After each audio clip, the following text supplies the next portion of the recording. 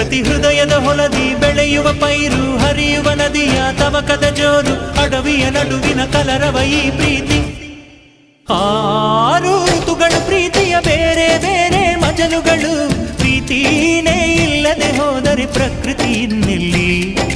ಆ ಏಳು ಸ್ವರಗಳು ಪ್ರೀತಿಯ ತುಡಿತ ಮಿಡಿತ ತವಕಗಳು, ಪ್ರೀತಿನೇ ಇಲ್ಲದೆ ಹೋದರೆ ಸಂಗೀತ ಎಲ್ಲಿ.